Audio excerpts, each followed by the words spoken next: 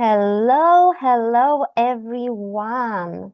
We will take just few minutes to slowly ease into this webinar where we will be talking about project management and how to stay sustainable and on the market in the Latin American setting. I'm joined here with many wonderful people that I will introduce to you in a second. But just in case, as you can see, we have the sign language interpreter here.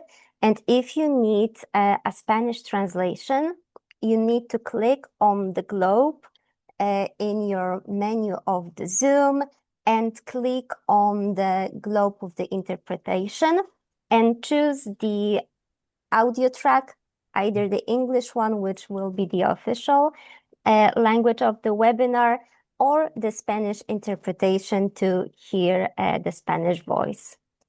And with that said, my name is Małgorzata Grobelna, also known as Margaret. I'm the program manager at the Zero Project and also the operational lead for the Scaling Solutions program. And I will be acting as a moderator here at this webinar.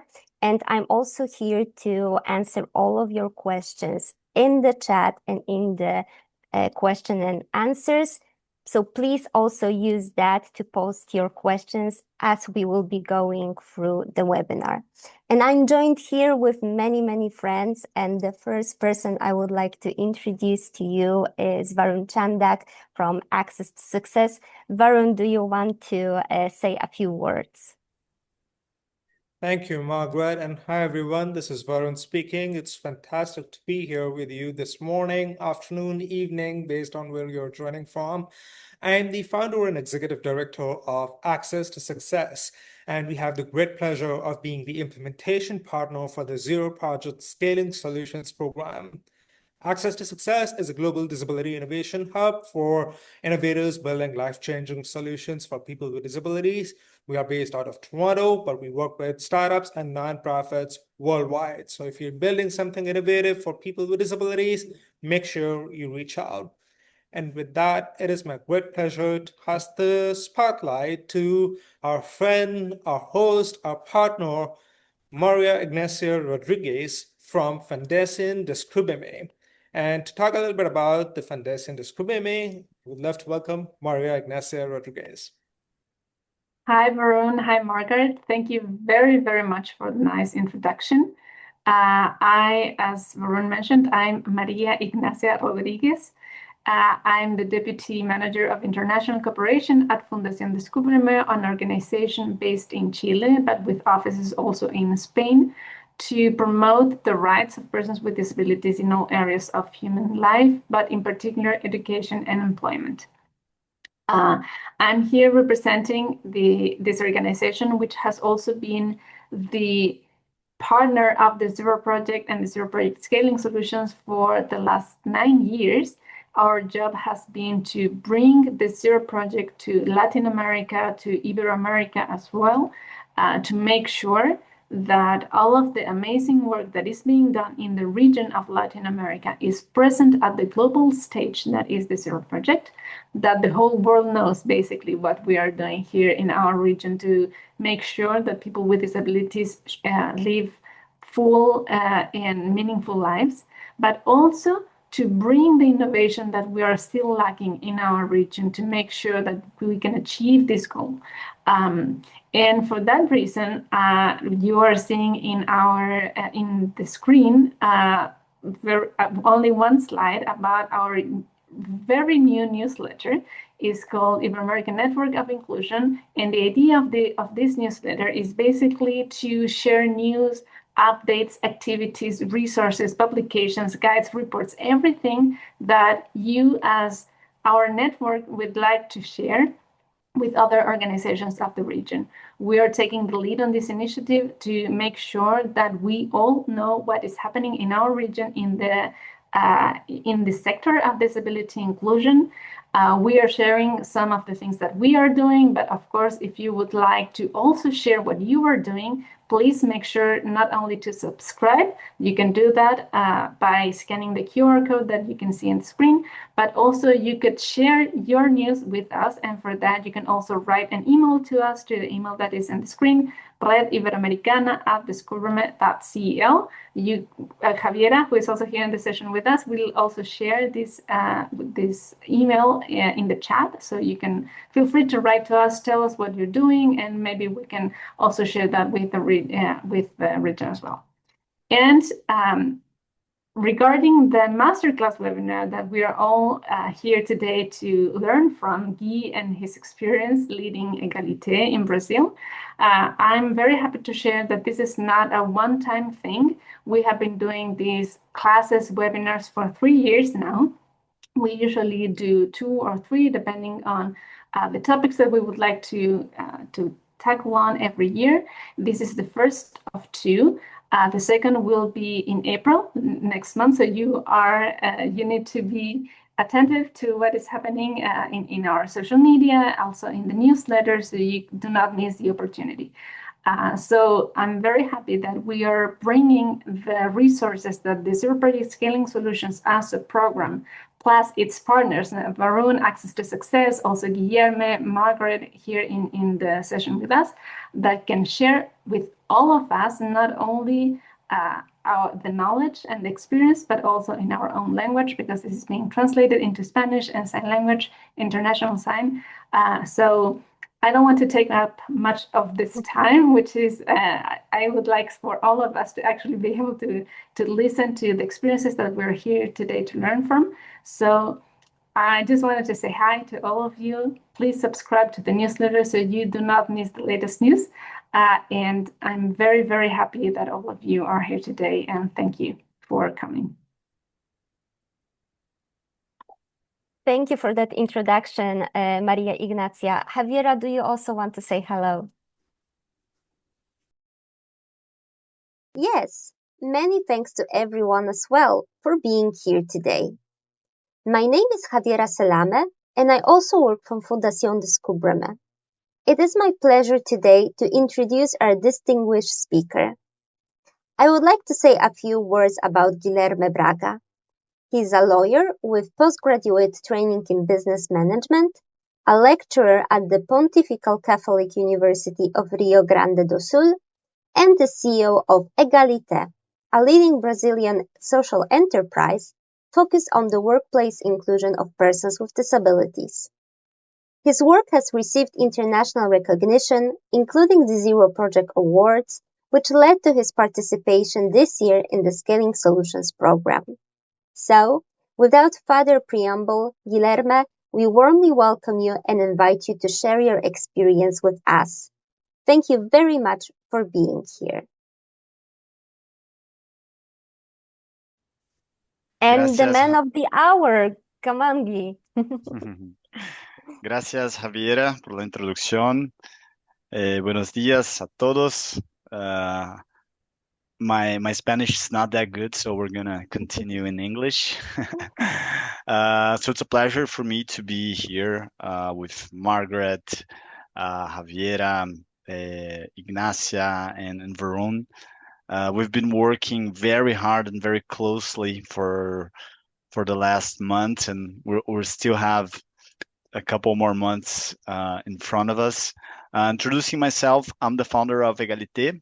We are a company from Brazil specializing in the employment of persons with disabilities. We have a database of 100,000 candidates here in Brazil, and so far we helped to place over 12,000 people with disabilities. I've been running Egalite for the past 16 years, so hopefully we'll get to share a bit of the experience we had in this journey, challenges, and basically what you can learn from what we did well and from our mistakes. Exactly. And I think that without further ado, let's just jump into that topic. I think that the first question I wanted to ask you is how to change the idea into a project that you can actually manage. Can you give us a little bit of that background and maybe say what were your first most important decisions that you made at the very beginning when founding Egalite? That's very interesting, Margaret, because an idea is something different than a company and a business running. And we really had the opportunity to feel that because the idea of Egalite was born inside a university. So it was basically a pitch competition in 2007. So very long time ago. There was not all these startup things. Uh, and we were actually third place in that pitch competition. And it was very interesting because it was the only idea that was built for the pitch competition. The other were already running. And one of the benefits that we had, it was having some mentorship and helping us ask the right questions about the business. And we ended up being finalists to be in the incubator of that university. And I remember that meeting. It was not one of the most pleasant ones, but are the ones that you really learn about it.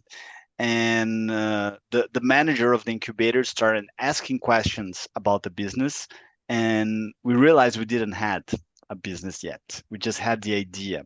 We didn't have a company. We didn't have a technical team to help us evaluate and really build our vision. So it's one thing to have a great idea and a very different one to implement it. And for us, it took us 2 years thinking more about how we were going to do that. And we were actually able to find a grant in Brazil for startups that the innovative startups that were beginning their journey.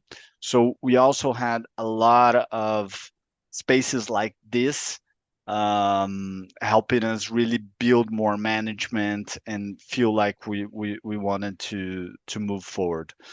But something that we found very important from day one,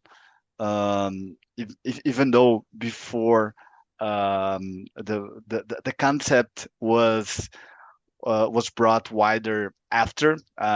We always like the lean startup concept. That let's try, let's test it, let's do it fast, and see the feedback that we get.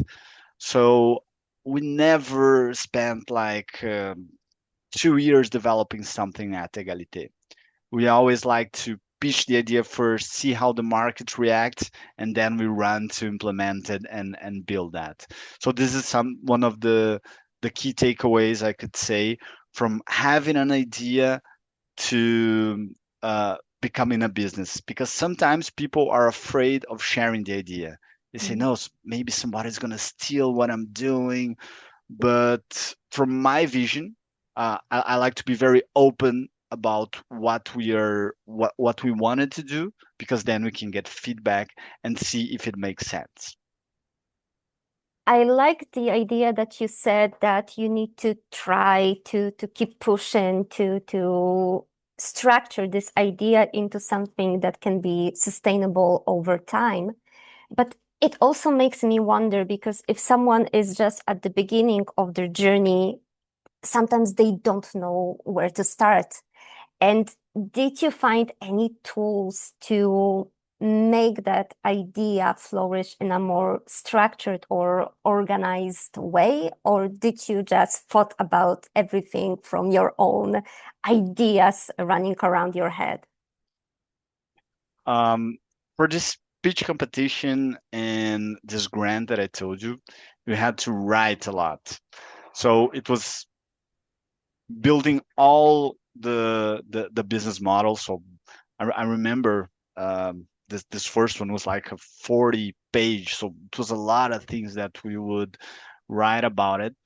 And it really got us thinking about that. And I think this work, it's really hard because it makes you uncomfortable thinking about things you don't really know what's going on, especially if you're doing something innovative, and especially if in a social business that usually you don't have benchmarks, you don't have a lot of competitors to look and see what they're doing. So you have to build that from scratch.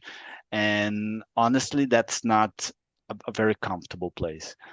Um, Years later, there was the business model canvas that it came through that made much faster doing that. Instead of writing this 40 page, you focus in one page in this basic concepts, and this will get you a much better validation for the idea, and then you're going to build into that.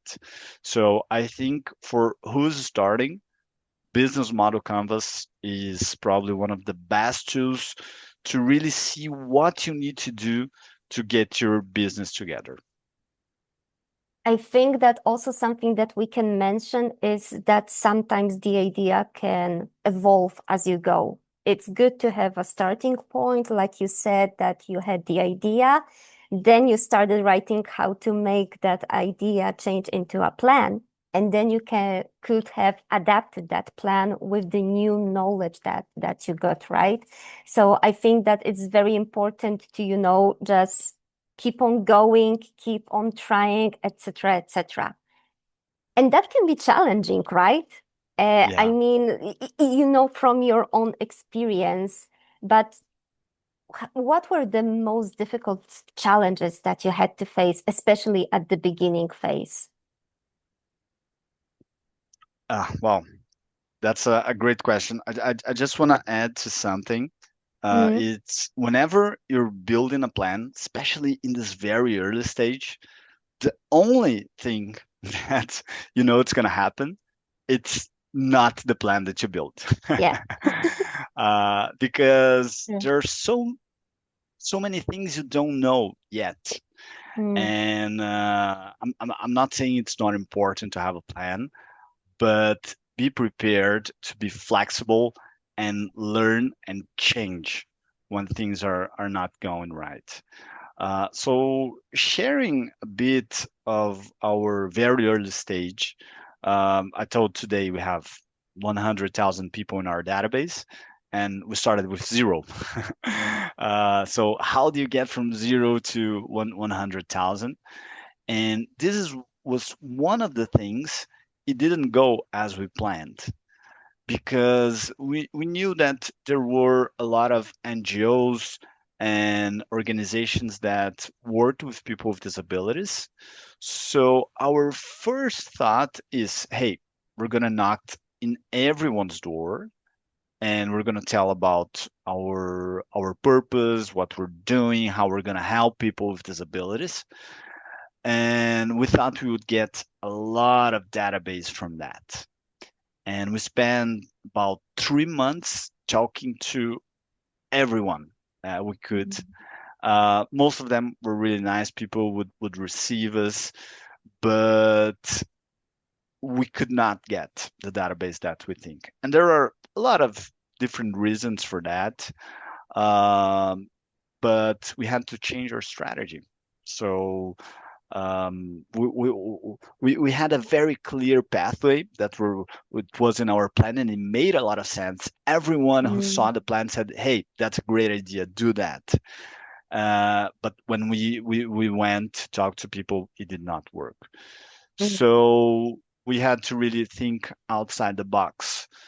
So we decided to do a sports event for people with disabilities because our premise was people who are playing basketball, judo, and other sports, they probably also look for jobs.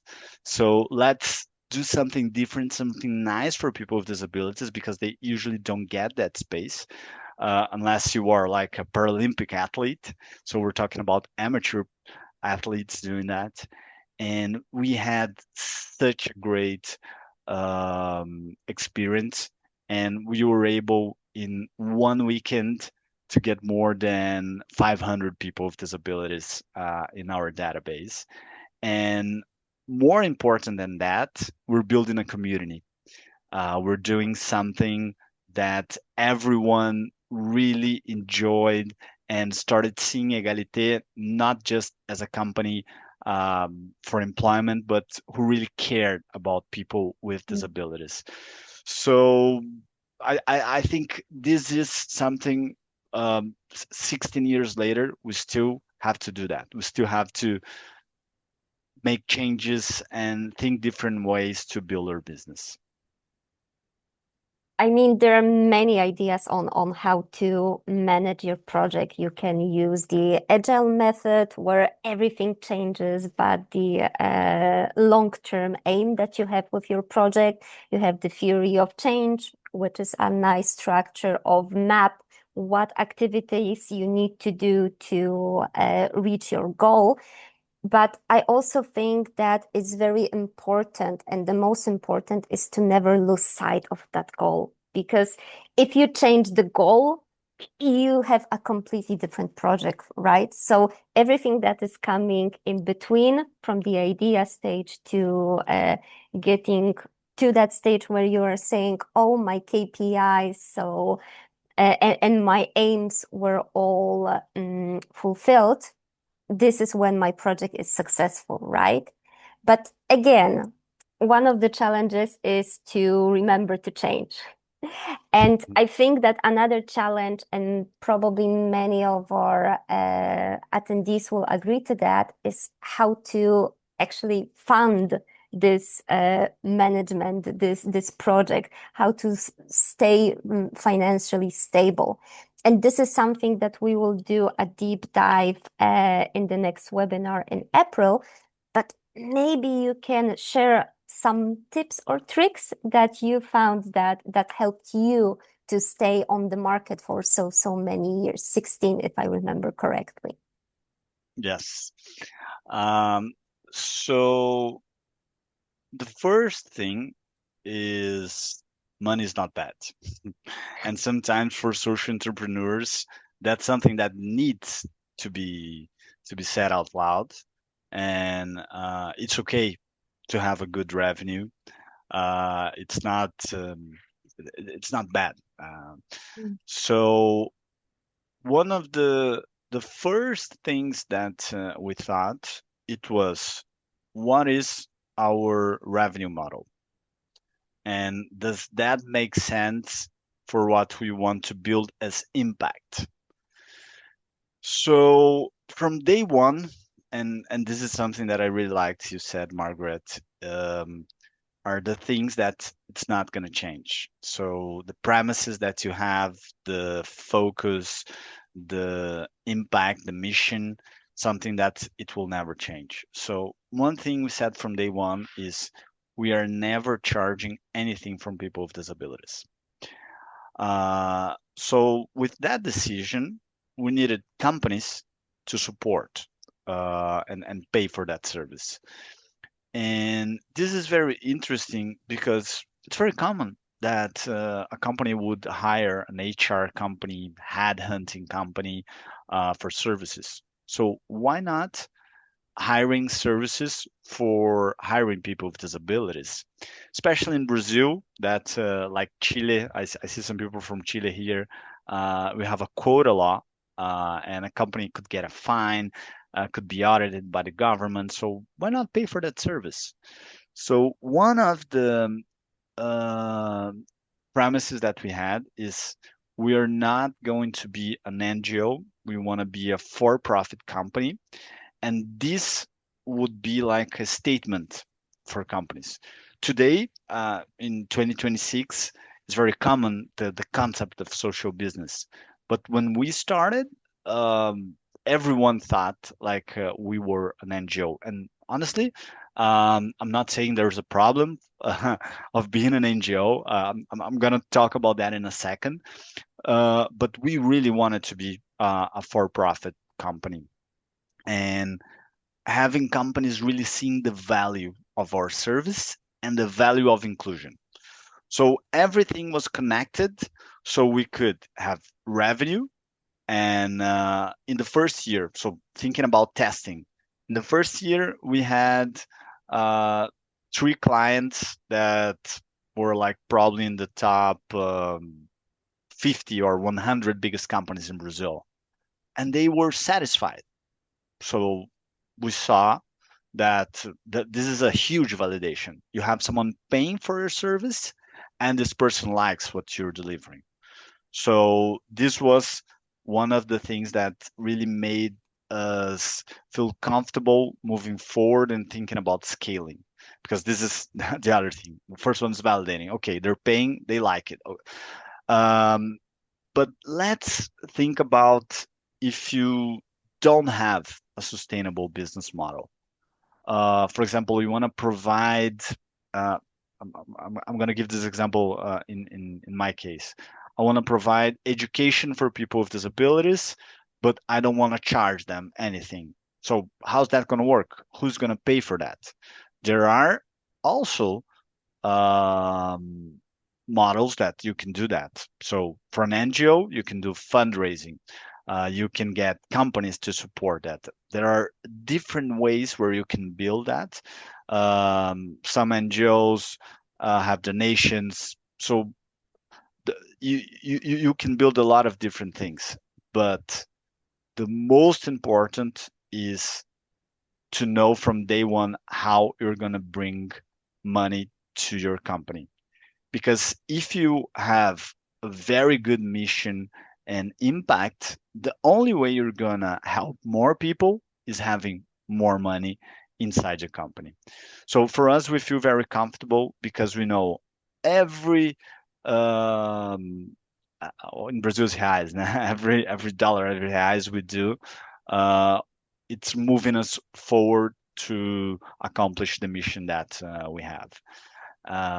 So for us, we were able to really connect revenue with impact. Sometimes you're not able to do that, but I think this is something that usually social entrepreneurs have a hard time because they've heard that money is bad, that all these entrepreneurs they want to rule the world and all that stuff, but you can get both.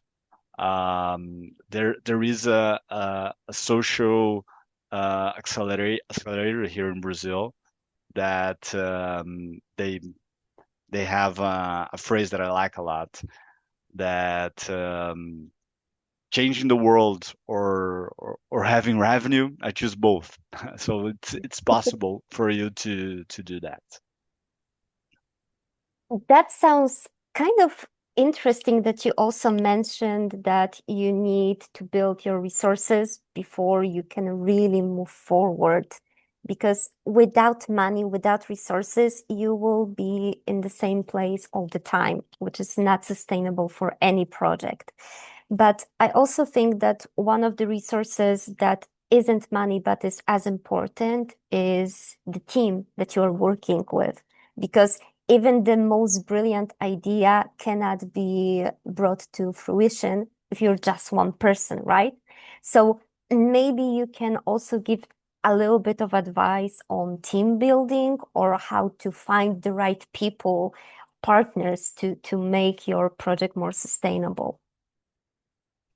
One of the biggest challenge of a startup is needing great people, but not having the money to pay for that. Yeah. uh, but one very interesting thing that I've been seeing for the past few years is that a lot of people are tired for the corporate world. They have burned out. You're in a place where you cannot actually trust people who are by your side. So I see that as a great opportunity for us social entrepreneurs. So something that we work very hard at Egalite is having a great culture where people are supportive, where you can be yourself all the time. Of course, we're very open to diversity, but it's really hard um, to get some things that for us it's normal. So we've been able to hiring people sometimes to get less money than they were getting in the market because they really believe in the mission and because they see the potential. So building a team is mandatory to be able to grow because the entrepreneur or the partners won't be able to do everything by themselves if they want to grow. So how do you attract these people? It's something Mm. that's very important. We started with young people and we were developing most of our talents. And today we're able to hire more senior people for our organization. But something that is very important for us is sharing the results with the team. And I'm talking about recognition and I'm talking about financially. So we have very aggressive bonus, for example. Um, and this is a way of saying, hey, you're tired of what you're doing corporate. I'm not gonna be able to pay you the same amount of benefits and everything, but if you help me get here, you can get more money than you were before. So this is something that is very important for us, and I would say that a lot of people wouldn't change, would not leave Egalite just for money, because there's a lot of great things in our culture that makes them happy. It's not just about money, but of course, money at some point is important.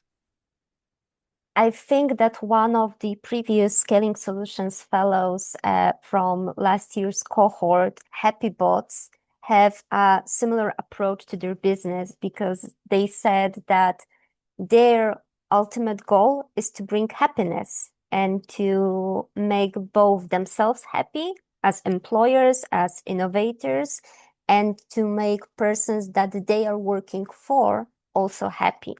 So I think it's a very similar sentiment that you have in Egalite. I think that also the team at Zero Project has a very similar sentiment as well. So there is definitely something that we have in common there. And that brings me to another question. We have the funds, secured them. We have a great team that we can trust. We have a plan on how to move forward. But we have the first to grow. We want to grow. When do you know this is the moment that you should scale up? Maybe not going to another country yet, but for example, opening another franchise or reaching out to another city or going into cooperation with another partner to have a bigger program. How do you know that this moment came, or how do you know that it didn't came yet and that you need to wait a little bit more? That's a great question. So I would say the first step it's getting this small validations. Mm. So do you have clients? Are they paying? Are they happy? Is your process for delivering that service or product kind of structure? And I'm gonna say kind of structure because we're talking about startups. Yeah. At least knowing exactly what to do. You don't need to have everything in the book documented, but do you know what you have to do to get to these things? So, getting our example, we need in one end companies with job opportunities, and in the other end our database of people with disabilities to be able to connect. So you need to know if you can get both and how is the process for you to make that connection. So I would say this is the first step. But honestly, there is not the ideal moment for that. and it's always going to be hard. So you have to be bold at some point and say, let's do it. So for us, it was um, we were founded in the south of Brazil, in Porto Alegre, um, and the biggest market is in São Paulo, here in Brazil.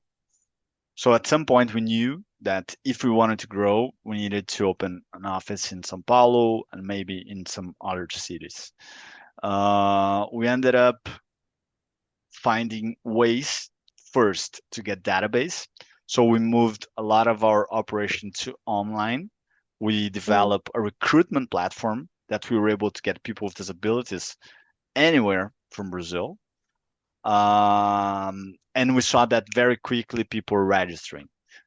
So then we needed clients. We had clients who had operations in São Paulo and other states. So what we did, it's a small test. Hey, I know you have job opportunities outside of Porto Alegre. Can you give me 2 or 3? And yeah, sure, do it. We learned with that, and then we decided, hey, we're gonna open a branch in São Paulo. So one of my business partners moved there. We started building a team.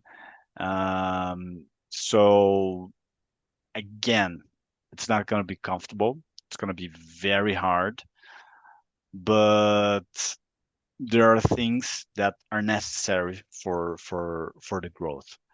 And so here I would say having this small tests before you make a big decision, because if you don't have everything you needed, you can maybe lose a lot of money, get a lot of stress.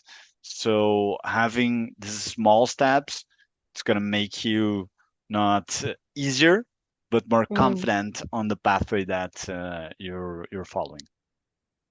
No, I think that's a great advice, to be honest. And also, I hear it in everything that you said, but maybe we didn't spell it out yet.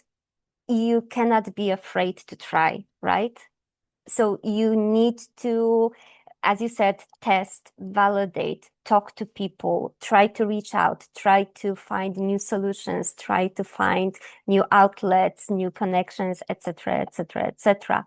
So I think that is a very good advice to not stop trying to achieve your goal. And I know that we also have quite few participants in the call, so I would encourage everyone, if you have any questions about project management or about looking for small advice on where to start or what to focus on when starting your own project, to type their questions in the chat or in the Q&A.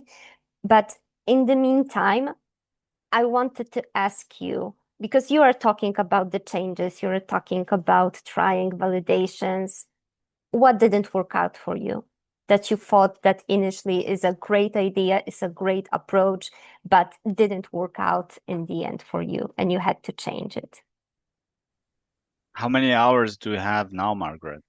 I think we need to do it in like 5 minutes. I think this is very important, because usually what it comes out is everything that worked. And people think entrepreneurs only get it right. And for us, it's like the opposite. You have to try 10 different things for one to work. So I think this is something that is also important. Learning with what fails and accepting that you're gonna fail, because sometimes we feel we have to do it everything right, and that's not truth. We have to really learn from our mistakes and from the failures that we had. One of them, it was probably the most promising project we had on paper. this was 2013, 2014. We decided to have an online e-learning platform. So we're going to do two different things. Having courses for people with disabilities for free, again. And this would help us build our database because people would register and then get the online courses. Mhm. And we saw a lot of companies with the same problems with managers, with people who wanted to learn sign language. So we decided, yes, we're gonna also have a part of these courses for companies, and we're gonna sell it, and it's gonna be very scalable. So on paper, it was like Perfect. this perfect, brilliant idea. But the only things we're talking about is like 12, 13 years ago. People were not ready. They didn't have the culture of doing e-learning. Mm. So it didn't work as we thought. Companies would not buy, and if they did, they would not use as much as we wanted. And it got to a point where a company hired our courses, but they said, hey, we want you to be here twice a week in a room with people to use it and you helping them use it. So we thought it doesn't make sense right now. Yeah. All that we're building, it was much harder to get access to internet, fast connection, good devices for that. So this is just an example of many things that we did that it didn't work out, and it was not a bad idea. It No. was it made a lot of sense, but the market was not ready. Mm. So this is something that is also important. Um, Sometimes you need to look back and say, okay, we did our best, but it didn't work out. Let's move to the next one. I'm not saying give up Mm. on the first challenge that you have, but after you get a lot of data, you're able to see if that project is going to work or is not going to work. Totally makes sense. As you were saying, I thought that the world pre-COVID, pre-pandemic, when we weren't so used to having online webinars, online courses, they were something very niche. And after COVID, when so many things had to move online, we approached those kind of e-learning platforms completely different. And you would totally have different results if you had that idea popping into your head in 2022. So totally get what you're saying there. I saw that there was a question in the chat from Samuel. Javiera, can you read out the question and maybe translate it for us so Guy can answer it, please?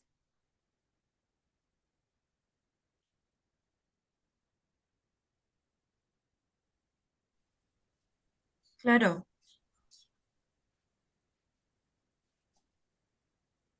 Did you write the question? Yes, it's from Samuel Valencia. I can also send it to you directly because it went to all hosts and panelists. Yes, But please. I will send it to you directly as well. Yeah, there you go.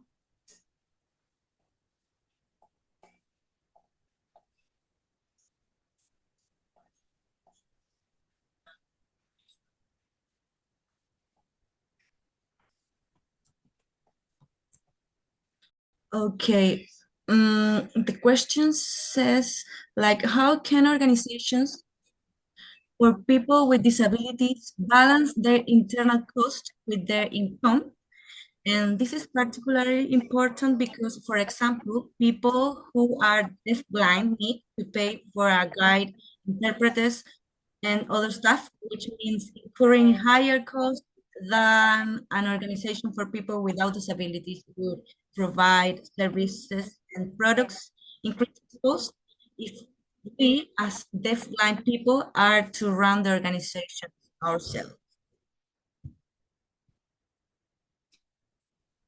Great question, Samuel. Um, I'm in my personal life and in the company, a person that looks a lot on what we are spending. And from the beginning, whoever saw our budget, they would say, "How can you do so much with so little?" So this is something that we always are looking for. And I think from your question, talking about deaf blind people, there are some things that are negotiable that you will need to have that cost to provide the accommodation. So what I would say is, what are the other costs that maybe you can cut? So probably to to be more competitive, you're gonna have to cut more of these costs in other ways, besides accessibility. That I would say that's something that it's not negotiable. And this is how we look every day. And I'm gonna give you an example. We were in an office that we really liked, but started getting expensive, and we tried to negotiate. They were not able to do that. We just moved in January to a place that's like less than half that we were paying, and we were also very happy. We have a really good structure. So honestly, it wasn't really bad hurting our revenue, but now we have more money to invest where it matters. So this is what I like to think. How can we be more efficient? And today, with so many tools, with AI, there are many things that you're able to do it by yourself, by your team. That's probably going to help you to cut costs.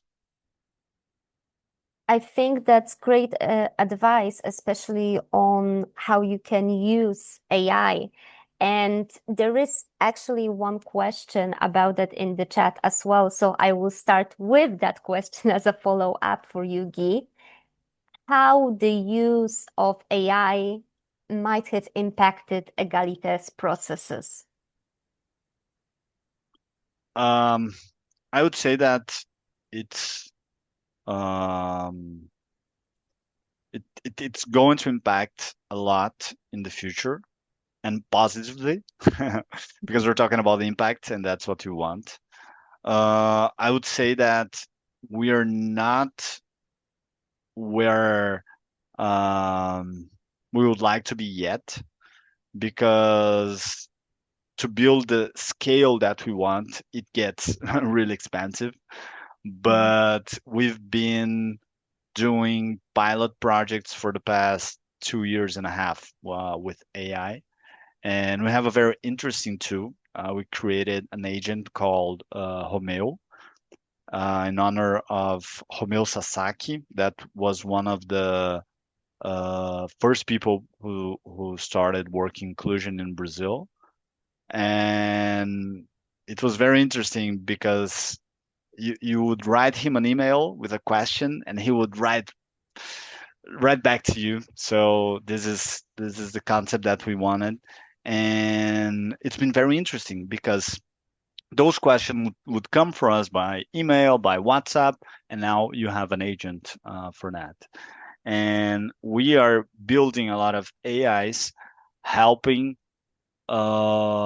candidates, especially updating and registering in the platform, because you get a lot of forms to put everything you need on your career, and we want to make that experience much more accessible and much more user friendly. And we're also building from scratch what we've been doing for a lot of years, that it's an algorithm that matches the candidate with the right job opportunity. And what we have is really good, but with AI, it's a game changer. So we're building all this new stuff. So I talk a lot with my team, thinking what the future of work is going to look like, and what are the skills that I want them to build, because a lot of the work, especially in recruitment, that they're doing today, they will not be doing in 2 years. So today they have to talk a lot with candidates in WhatsApp, for example. I think very soon, maybe this year, we're going to have most of that automated. And they're going to have to focus on analyzing the profile of that candidate and interviewing them and really getting to know and making more connections with companies. So I would say that definitely AI is a game changer. And if I would been starting Egalite right now, it would have accelerated tons of things that we're doing. So definitely use AI, but also think about what's going to change in your operation and how do you bring people with you? Because I definitely don't believe AI is gonna um, take all the places in the company, but it's gonna change what humans are doing. And I think that also connects very nicely to another question, also from Alvaro. You've spoken about the importance of sharing a vision and commitment to the company culture, but do you have any strategies at the beginning for promoting and maintaining team motivation to keep them engaged and retained at Egalite, especially if there were no outcomes yet? That's a great question. Yes, this is something that honestly came from my previous work experience. One of the greatest places I work was the American Chamber of Commerce, and they're really good in motivating and getting high potentials to work and deliver their best. And one of the things that I've learned is about rituals, and that helps to create the culture of the company. So one of the first things that we had, it was a board and a belt. So it's almost like the sales things, but every time we included someone in a company, we would ring the bell and write down on the board. So there was like a ruler where we would have the goal and then we would be writing down. And this thing really helped people to understand.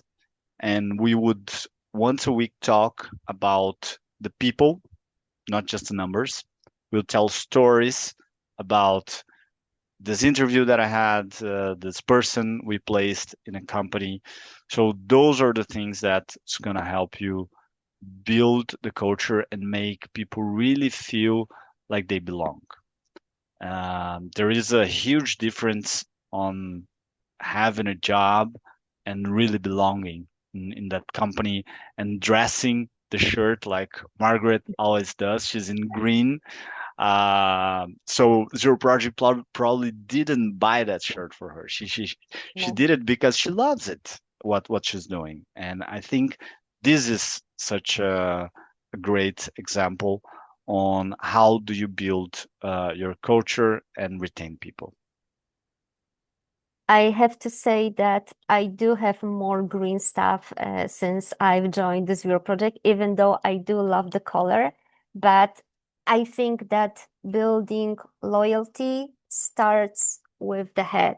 So if your CEO, if the founder believes in the cause and trusts their team to also carry that message with them, I think it's a little bit easier to work in that space. And I know that we only have 5 more minutes left, so we need to start wrapping this webinar up. Just to mention some of the takeaways that you, Guy, were talking about as I was taking notes. Remember that you can always test your idea. Don't be afraid of change, but also know exactly what is not negotiable for you. Look for validation for your project. Look for mentors, social accelerators, or incubators who can somehow help you on the starting point. Think about something that can attract people that to your cause. For example, in your case, that would be a great culture. Remember to be consistent with your revenue model if it works, and be ready to adapt, look for different ways, think about fundraising, because without the revenue, there will be no impact. And also think about the people you are working with, because even though AI is a game changer, you should move forward with people, because people are not replaceable in any way, especially talents and talents of persons with disabilities. Is there anything you would like to add, like a final advice or a final call to action to the participants of this webinar? Well, first, I would like to thank for the invitation, the opportunity to be here. If anyone wants to connect, you can find me on LinkedIn and send follow-up questions. What I would say, Margaret, is embrace sometimes the chaos of being a social entrepreneur. We always say here, it's to fail fast and move forward. So know that you're not going to get everything right from the beginning. And honestly, probably never. We still don't. But as you start learning with all those things that you fail, you're able to get things right. It's not easy to be a social entrepreneur in Latin America. We don't have much access to funds, but again, I think we are in a really great time of AI and tools that's gonna make you move faster and cheaper. So keep going. Really, really great being here with Zero Project, Fundación Descúbreme, and Access to Success. Thank you so much, Guy, for your time here, for answering all of my questions and also the questions from the participants. As a small reminder, we recorded this webinar, and we will be sharing it as a resource both in English and in Spanish for everyone. What we will be also doing is providing key takeaways with additional advice, with some of the buzzwords that we were talking about when it came to structuring your business cases, or what you can do at the very beginning of your journey. And I would also encourage all of you to also tune in into our next webinar, where we will be making a deep dive into being more financially stable and staying on the Latin American market. Again, with 2 wonderful Scaling Solutions fellows from last year. And to subscribe once again to Fundación Descúbreme's newsletter, because you will have all of the information about this webinar and other upcoming events through the Scaling Solutions program and other Ibero-American activities as well. Thank you all for your time. If you will have any follow-up questions, you can connect with Guy, you can connect with me. and every other person from Fundación Descúbreme. We will be happy to answer all of your questions. And also much thanks to our interpreters as well. So with that, I think we can conclude this webinar right on time, also because my voice is giving up slowly from talking that much. I appreciate that Yugi had the strong voice for all of this webinar. So thank you all and see you next time in a month. Bye-bye. Bye-bye.